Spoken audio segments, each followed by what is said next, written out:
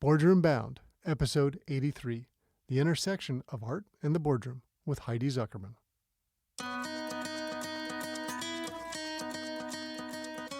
I can't overestimate the importance of community and multiple communities. You hear that people get their first board seat based on someone that they know, and I think that is probably true. And I think from the outside it can feel sort of insidery, but you really highlight an important point, which is that if someone doesn't know you, they can't recommend you. Hello, and welcome to this episode of Boardroom Bound. My name is Alexander Lowry, and this is the podcast dedicated to intentional leadership in the boardroom. My goal is to give aspiring and existing directors the tips, tactics, and strategies necessary to transform your confidence and build a successful career as a board director. Quick reminder, you can get all of today's show notes at podcast.gordon.edu.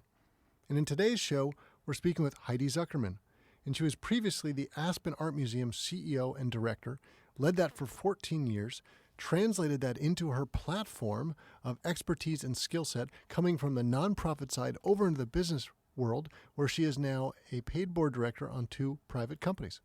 Fascinating, because we often talked about our audience getting nonprofit board roles to use that as a springboard sometimes into the for-profit world. So you're going to hear a wonderful translation of someone's unique skill set and experience and how that led to the boardroom. Great episode, tons of fun. Let's jump into it.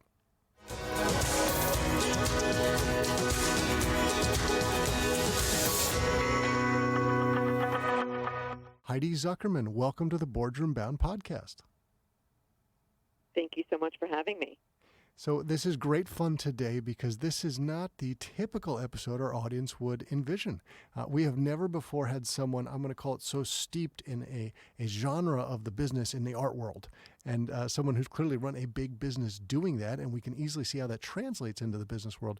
And for most people, I don't think they would have woken up and said, I'll listen to the podcast and realize how that specific skill set would translate into the boardroom, but it has, and you've done that very well, and that's why this is a great story for our audience today. But let's set the scene. Can you sort of paint the picture about how your career began? I know we're fellow UPenn alums here. How that career began for yourself, maybe the path you went down into art, and then we'll eventually pivot into the board space. Absolutely. I am recently retired from being the 14-year CEO and director of the Aspen Art Museum, and that is really the key success story of the last decade in American museums.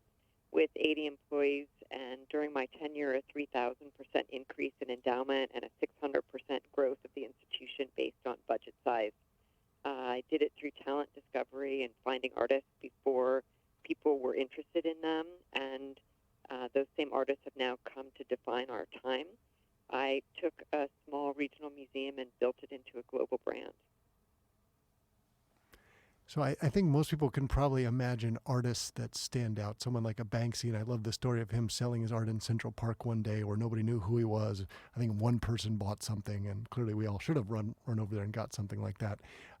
That in some ways, the nonprofit world, if I call it that, people don't really think about the giant budgets, the large number of staffs, but those are skills and stories that translate over into the business world, right? Help us understand that a bit more. It's really interesting because when people hear the words not-for-profit, they think that it's not a business. But in fact, we need to run the business potentially with more oversight and fortitude, because the money that we were spending was not ours. We existed based on other people's money. So the business was basically a series of different verticals that I ran in terms of media, product development, education, and looking at each of those verticals to make sure that the business was a solid investment for our donors. And I think there's a really important nugget here from what you're saying, because many people listening to this podcast will be on a nonprofit board at some point, whether that's in parallel to being on a for-profit board or whether that's all they want to do as a way to give back. And I guess my summary would be a nonprofit that is not run with any sense of what a for-profit business is will not be around for the long run. So you do have to have some financial acumen that you bring to that business. Absolutely. And I think our donors knew that our institution was a great investment, largely because I ran it as a business and I had a very fiscally conservative model. And let's also talk about the part that translates very easily to the boardroom from what you were doing there? Because you talked about being, say, CEO of that business for 14 years. You had a board, you ran it like a business, you had board meetings, you had board engagement, you had, sounds like, very strong and professional people sitting on your board who you were learning from, probably somewhere being mentors to you. Talk us through what that was like, learning and growing, maybe from your first board meeting to how you finished 14 years later.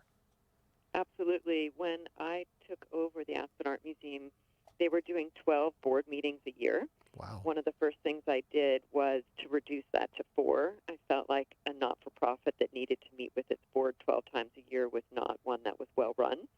So we moved to quarterly board meetings. I promised everyone a 59-minute board meeting because if it couldn't be taken care of in 59 minutes, it shouldn't be addressed at the board level. Put a committee structure in place where the executive committee went from meeting also 10 to 12 times a year to meeting 6 times per year, and really worked collaboratively with the board to figure out what needed to be communicated in a board meeting and what could be communicated in a board packet or in an email. And towards the end of the tenure, I guess my learning curve went from PowerPoint presentations where everyone was kind of reading along to having parts of the meeting dedicated to education. I knew that when people were setting aside the time to be on this board, they wanted their, of course, to be able to give back, but they also wanted their lives to be enriched. And the way that we could do that was through education. So we would invite in guest speakers to speak on a specific topic, whether it was how cryptocurrency could be used for charitable donations or what impact digital acquisitions could have on the art market, things that you might not hear about in any other environment or any other context. And I just wanted people to leave the meetings feeling like they got good value. And in addition to running the business well, you were learning and growing as a board member. And I'm just going to guess maybe at the very first board meeting, you weren't necessarily planning and positioning yourself for the long term. But I'm sure along the course of that 14 years, you began to think this is probably something that interests me, that this is what I'd want to do. Can you talk us through that transition in the sense of lessons learned when you realized, okay, this is something I aspire to do? Were you seeing certain people you wanted to emulate and you learned from them? Or were you trying to pick up certain skill sets that would add the value so you could be on a board someday? How did you go about the process? Sure. I think one of the most transformative things for me was when one of my board members suggested that I would be a good candidate for YPO, for the Young Presidents Organization.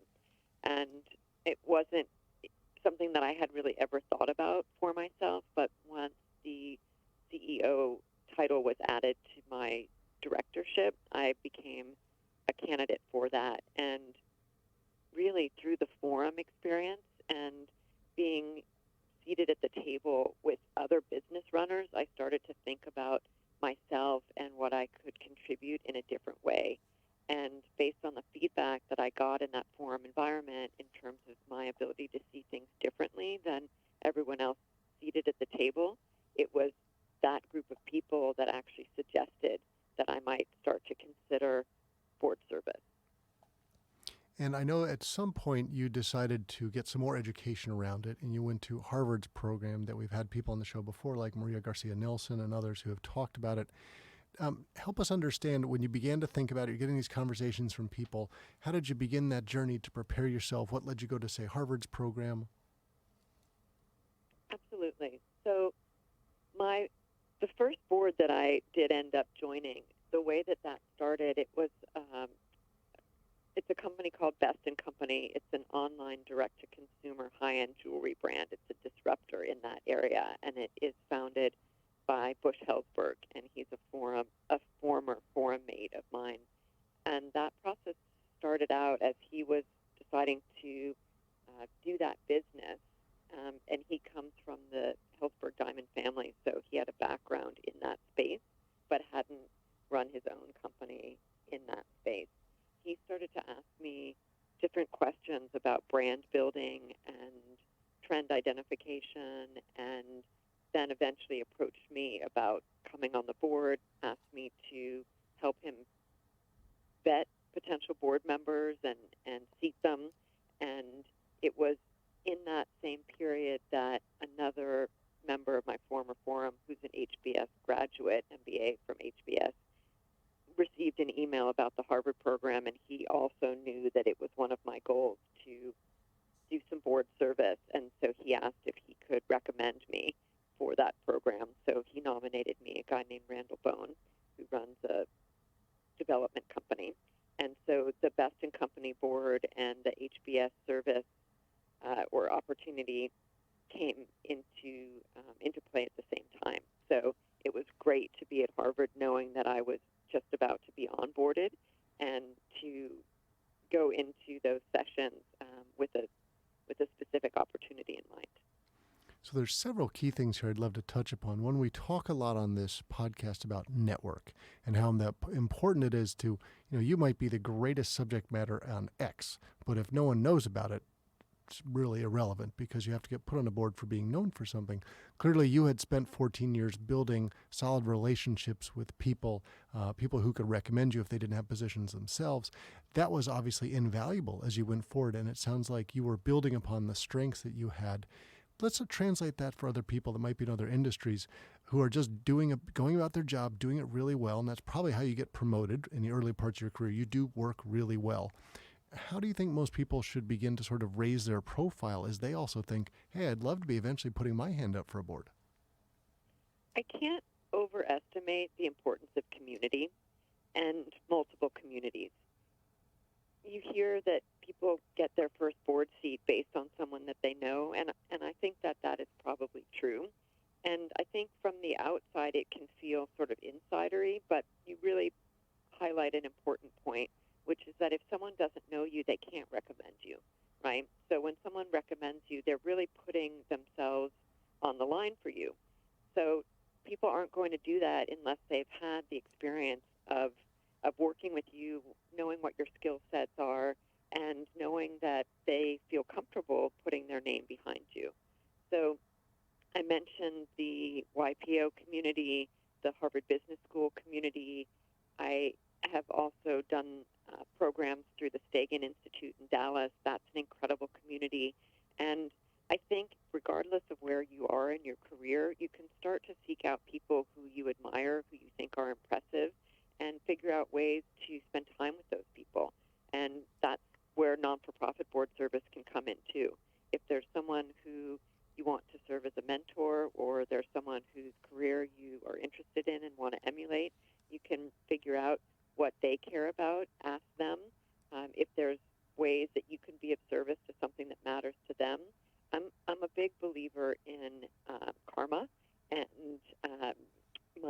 one of my personal mottos is just erring on the side of generosity. So I think those two things are really important in terms of how life is approached, and knowing what your clear goals are. And one of mine was to do board service.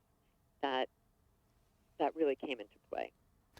I think many people might translate that as pay it forward. And the way that I tend to think about it is all day long, somebody wants something. You think about where at a college where I work, where I'm leading the career services, a lot of our students want internships and jobs. You have to call on somebody to open the door for you. And the same way you're really good, maybe you're in the C-suite or about to be in the C-suite and you want opportunities for board, just like you're talking about. You need someone to talk to you, to help you, to mentor you. In the same way, once you've been there and done that, people will be knocking on your door seeking that help. And I think we all do well by helping other people. But you make a great point. It's someone who you respect, who respects you. That's where you start to build that relationship. And you talked about mentoring there. And I believe from our conversations, you've had mentors and officially and unofficially. And maybe you've gone about those two different ways. Can you talk us more about that? Absolutely. So I have always been open to advice and feedback, and I am actually about to just joined the second board. And the way that came about is I found someone who had run a series of companies that I thought were really impressive. They were in a space that I was interested in, and I approached him and asked if he could give me feedback on how to put together a board CV and how my LinkedIn page should work. And through that process of really unofficially mentoring me, he had a very clear sense of how someone who was the CEO of a not-for-profit and an art museum might be a good candidate for a private insurance company. So by asking for his help, and then not just asking, but actually taking his advice, following up with him, showing him that I had implemented his suggestions, asking for additional feedback, when the chair of his board stepped down and a spot became available, he thought of me and advocated for me with the other board members to make a place for me on that board. So that's a sort of unofficial mentor, because in many ways he's a colleague and a friend. I mentioned my former board member who had suggested me for YPO, and I could tell a story about a woman named Kathy Hallbright, who was the longtime director of the Walker Art Center and then went to the Museum of Modern Art in New York as the associate director. And I went and asked her to be my mentor. And I had to kind of steel myself to do that and kind of spit it out in her office. And she actually turned me down. But in turning me down, she gave me some amazing feedback. I was running the Aspen Art Museum at the time. We had just suffered a major defeat in an election where we were trying to secure a piece of property to build a new museum. And she said to me, you know what? You don't have to do this. This isn't your responsibility. If you decide that you want to leave now and get a new job, you have that opportunity. So I went away and thought about that and decided, no, I definitely wanted to build a museum in Aspen. I wasn't ready to leave my job yet. But I asked for one thing, which was a mentor, and I got something else, which was really sound and profoundly impactful career advice. So even though she said no to me, I still got something, which was maybe even better. Well, I think you touch upon a good point there, is that you get lots of feedback from people along the way. What you do with that is up to you, right? So you went in with plan A, came out with option B, and then proceeded and used that to help and shape you. But we've also talked about other things along the path of this, and I want to circle back to one of them. Was we talked about nonprofit board service, and we began of people who are on your board of a nonprofit. They might be on for a variety of reasons, but you've also done some nonprofit board stuff yourself. So you were the chair of an NPR board. Let's talk about that, what you got out of that, maybe why you joined that, how that propelled you forward. So I was the chair of a local hockey association board. I think was my first board chair. That may have even been my first real board position. And I think that it's important to do nonprofit board service for something that really matters to you. It takes a lot of time to be on a nonprofit board. Some of them are well run, a lot of them are not. So it takes some patience, and it's a great place to learn what the role of a board member is. Oftentimes people think that once they get onto a board that it's their job to set the vision of an institution or to have strategic or tactical directives to the director, and that's a bad board member. The best board member understands what the vision that the director or CEO of the organization or company has set out, and then rallies behind that person. If the person isn't doing a good job, then it's also the role of the board to find a new person to fill that role. But one of the things that it's important to learn as a board member is that you don't put your self-interest above that of the organization. And you do see that sometimes on non-for-profit boards. So it's a great space to kind of flex your board muscles to learn what works and what doesn't work. It's interesting on that point. So I'm on the board of one of the 30 largest YMCAs, and with all the stuff going on with coronavirus, there's incredible tension about, we're about serving the community, people who are underserved. Do we maintain our doors being open for the child care and other activities like that, which are great pros and cons to both of those decisions. And our amazing director has an incredible vision that we want to support her, we want to be behind her, also give good counsel, good challenge at the right times, but do what we need to do to make sure that the mission of the Y is accomplished. So I take what you're saying very well. It's really important, and I would cite Domenico De Soleil, who is the chairman of the Tom Ford board and serves on many, many boards, as an incredible mentor for me. I learned so many things from him, and what I really learned was whenever I needed him, I could reach out to him, and he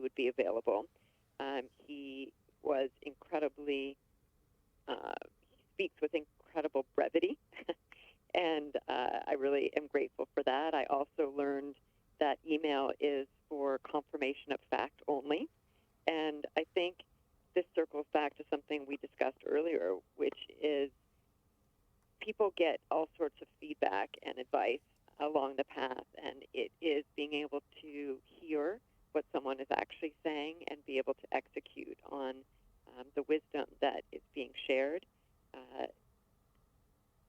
Then those are incredible opportunities and gifts. Well, let's sort of bring some of this together, because there have been a lot of really good pieces of your story, from being a CEO and watching a board and experiencing your board and leading a board in many ways, to being on boards yourself, and then sort of going through some curriculum and becoming a more skilled board member.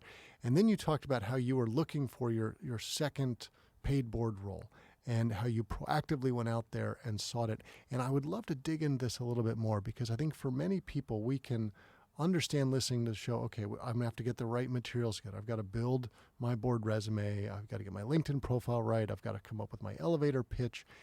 And then there's something that changes there. There's a kind of a giant leap over from going, I want a board role, which to me is the equivalent of saying, I want a job. That's kind of generic, right? So you need to figure out sort of what industry, what's your specialization, how it goes. And it sounds like you really did that, and you'd hone in on not only a space you could play in, but one where you thought you were really interested too. So you're bringing your passion, your expertise together, and then you went and did that.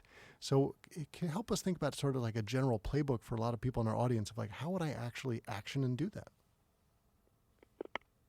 I think the board pitch is super important, and I would akin it to a press release. We always wanted to put together press releases for our exhibitions or our programs at the museum, where if someone just pulled directly from them and printed them in the paper, it would communicate exactly what we would want it to say. So that's how I think about the elevator pitch, right? So mine is, I do trend identification and brand building for goods and services aimed at high net worth individuals. Very clear. Okay? So super clear. You understand what value I bring. You understand the target audience that I am an expert in. And you understand what value I add. So I think that the opportunity after refining that elevator pitch, which, by the way, all these things take a long time, and I think that's an important thing to share with the listener. Don't rush through it. People get so focused on achieving the end that they sometimes forget about the productivity of the means, right? So every time I gave my board pitch to someone, it got better. Every time I had someone else look at my board CV or my LinkedIn profile, it got better, because I learned something about myself. So I'm a big fan of, once you figure out what it is you want to do, telling everyone you know, and not in a way that is assumptive or aggressive, but is inclusive. And I also am a big fan of asking people what it is that I can do for them as well. And so let's play that back from the opposite side. So you'll have people around the world who will be listening to this, and they're thinking, wow, Heidi is the kind of person that I want to learn from. She'd be an amazing mentor. She'd probably have great feedback on my materials. And so let's just assume you're going to have multiple people reaching out to you from this show. It is probably a bit individualized for each person, but there's probably a right way and a wrong way to reach out. And you've probably experienced both of those, where some people reach out and you're like, my time is valuable. I don't think that's going to be a good fit. Other people going, oh my gosh, this is exactly the kind of person I would love to be helpful to. Help us think through what that looks and feels like for you, Heidi. I'm interested in people who have a clarity of intention and who can convince me of their passion for whatever it is they care about. So I'm less interested in what it is. I'm more interested in the why. I've always been very interested in intent. So if you, for example, are super interested in octopi, right? I may have no interest in that whatsoever, but if you can convince me why they're so smart, they're an incredible species, what it is they do to help the planet, right? Anything that you can convince me of that was not something that I had previously been interested in, I think that is something something that gets my attention. Any approach to something that I've never thought about before, that's what stops me. Interesting. I like it. Eighth wonder of the world, maybe would be the argument. Okay. I think that you have had a very unique experience, and now that you have translated over successfully into the board space, so 2 paid board roles, has your mindset changed? Do you have a different vision? Do you have the goal is now I want to be the chair of a board? What are you thinking about will be your next step down the road? I guess my biggest learning curve on this has been,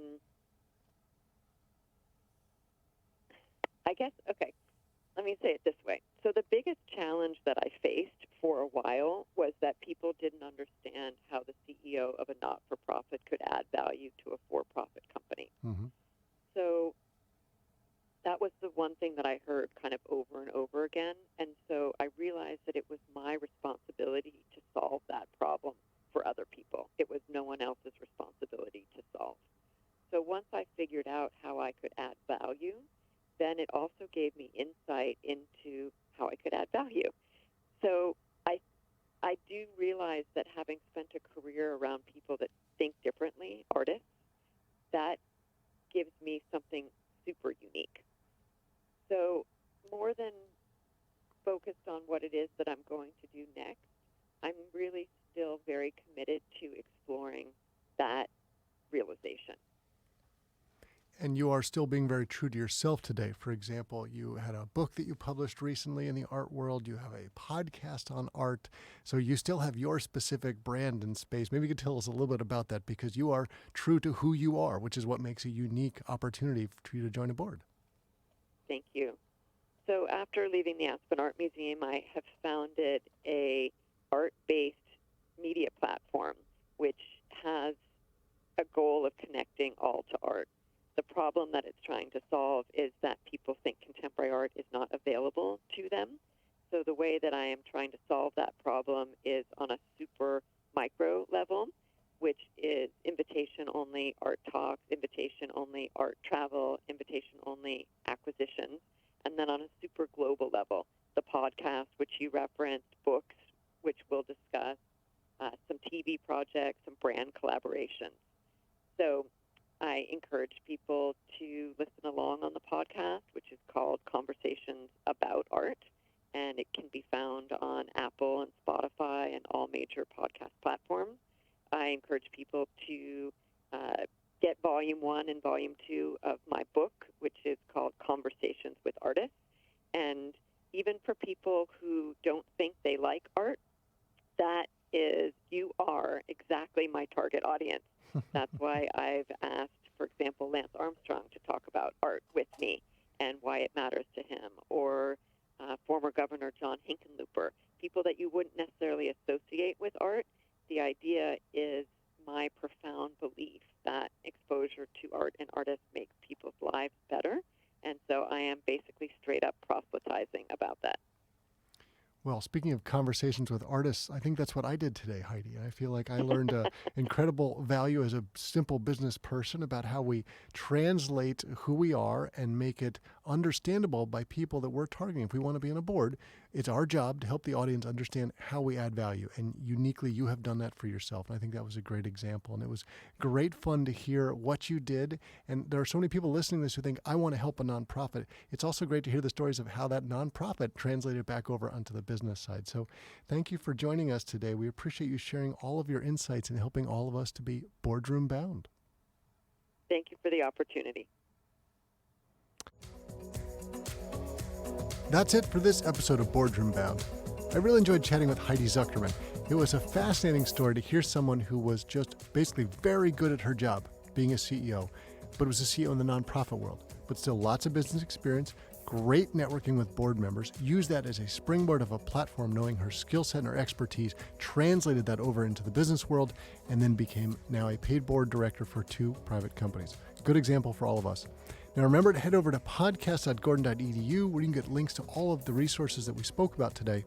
And please know that the Boardroom Bound team and I are so proud to be your go-to podcast for all things that connect, prepare, and empower you to land a board seat. Be sure to subscribe to this podcast so you don't miss any of the high-quality content that we bring to you every Wednesday. Thanks for joining me today. I can't wait to share more stories and strategies from brilliant business minds with you again next week. Remember to keep tuning in to Boardroom Bound.